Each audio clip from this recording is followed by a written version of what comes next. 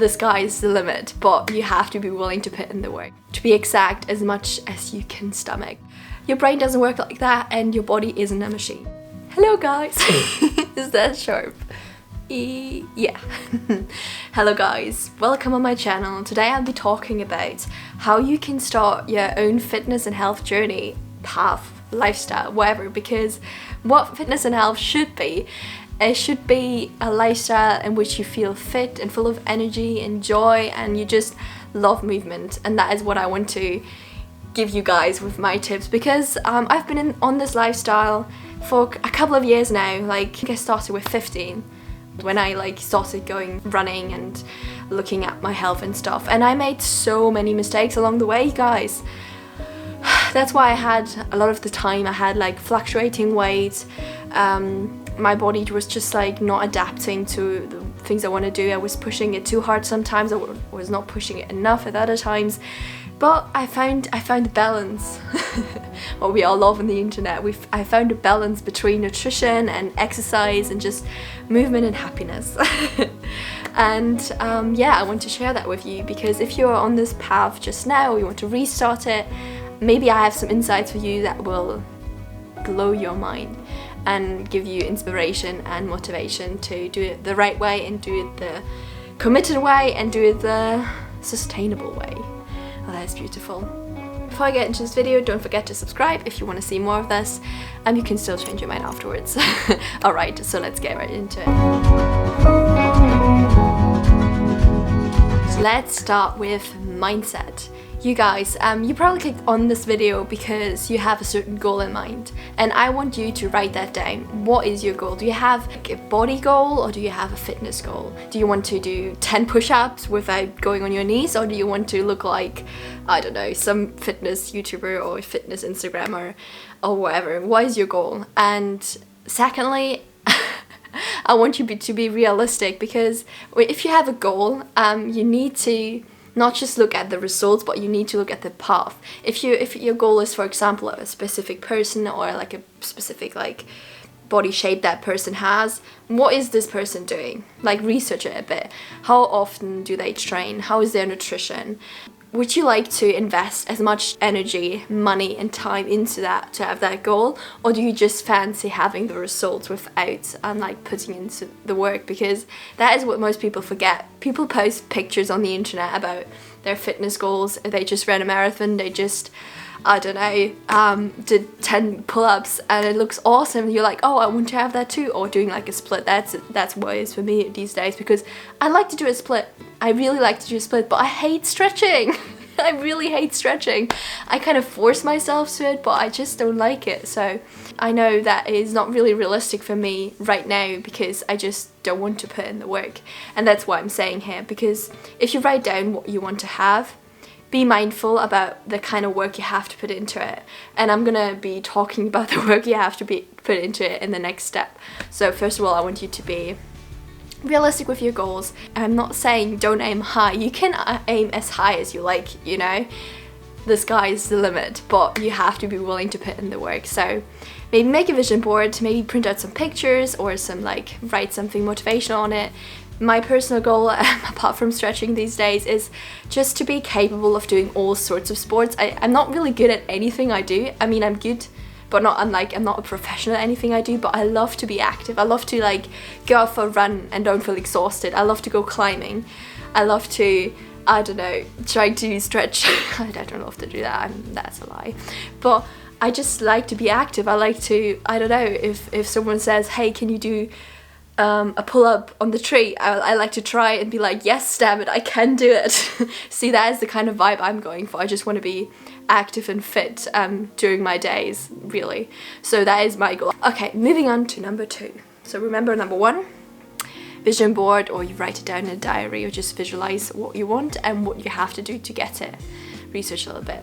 Number 2, I'm going to be talking about nutrition, because I've been on the side where I was training a hell lot. I was working out twice a day, in the morning, in the evening. I would go for runs, I would go to the gym, I would not eat any carbs in the evening. I would just try to be very clean and healthy.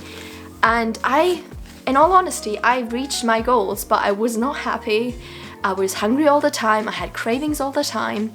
I didn't have a lot of energy, apart from my workouts when I like pushed through and like drank energy shakes and energy drinks and that kind of thing to like get my body going. But it was not the most happy time of my life, and although I did look a certain way that some people might find desirable, it was not a happy time.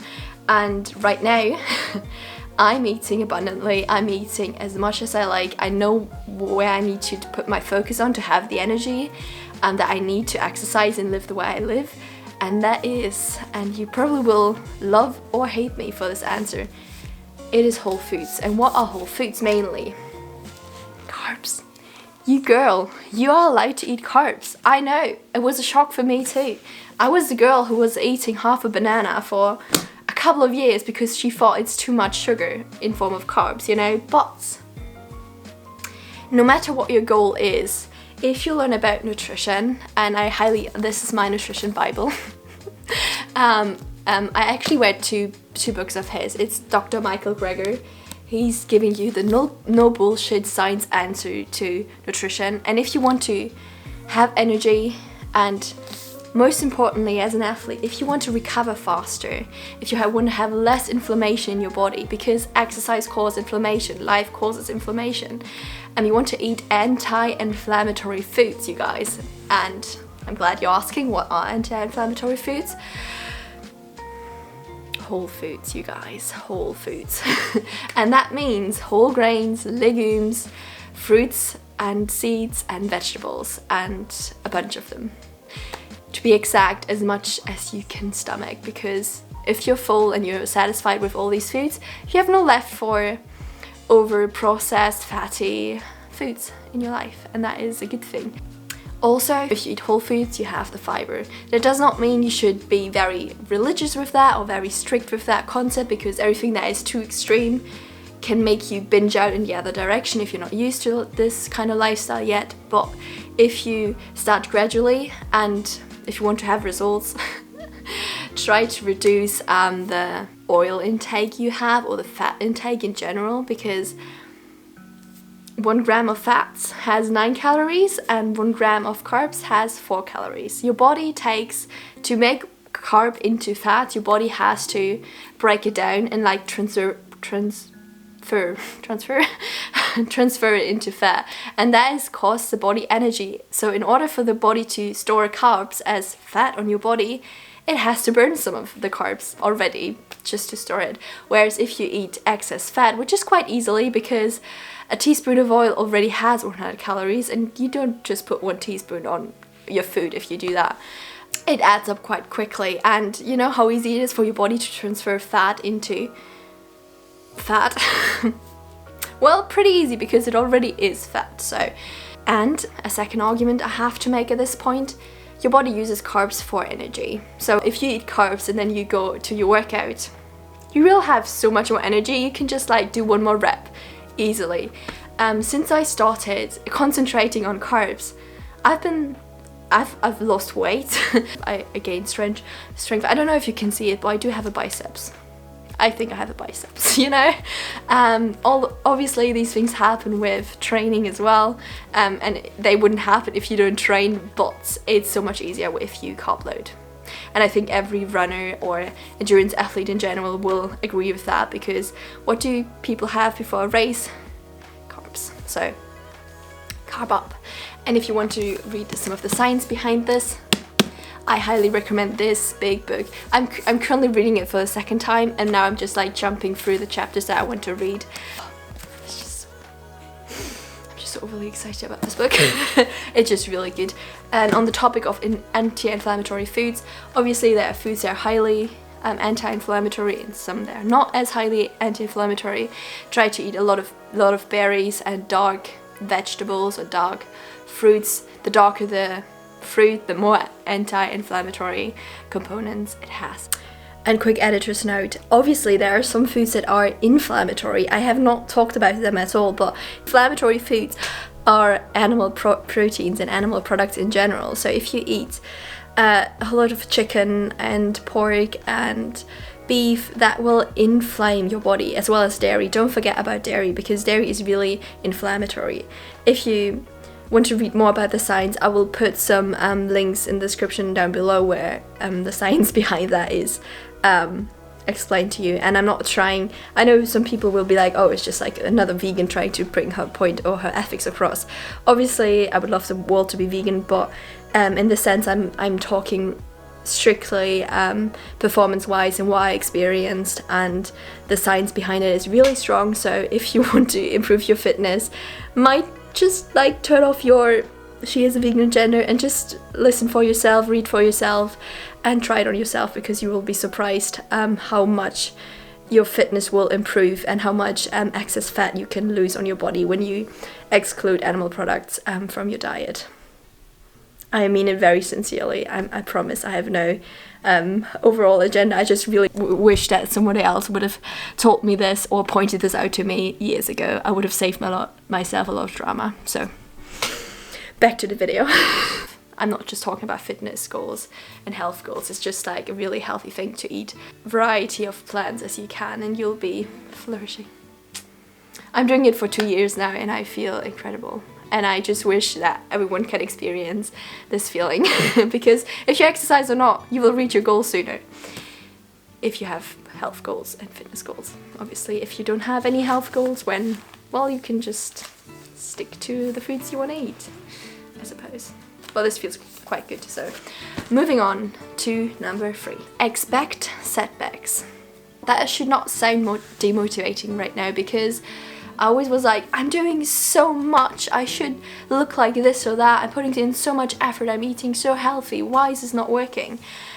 Or why did I lose weight and now I'm gaining weight again in the form of like fat and not muscle? Why is this not working for me? And I was sometimes at the point of like, I don't want to do this anymore. But I just love sport too much, so I could never stop. But, you know, it just like really demotivating, and it messes with your happiness and mental state, because it's like studying for a test. If you put in a lot of effort, you expect your results to be good, and if they're not good, you feel really down. You're like, what did I do wrong? Why is this not working? I put in so much effort, is this even worth it? And if you go in with the mentality of setbacks, because growth isn't linear in no discipline really. Like if you learn a language, if you study for a test, if you do workouts, if you any skill you want to acquire, it rarely is that you can just like get better and better and better without having setbacks, because your brain doesn't work like that and your body isn't a machine. So if we accept that and are not too harsh with ourselves, it will do wonders, I promise. Because girl, you have a menstrual cycle, and believe me, I mean you probably know this already, it can mess with your body, like how you feel in your body, how your body looks during a month. And if you don't feel like exercising some of the days, don't exercise.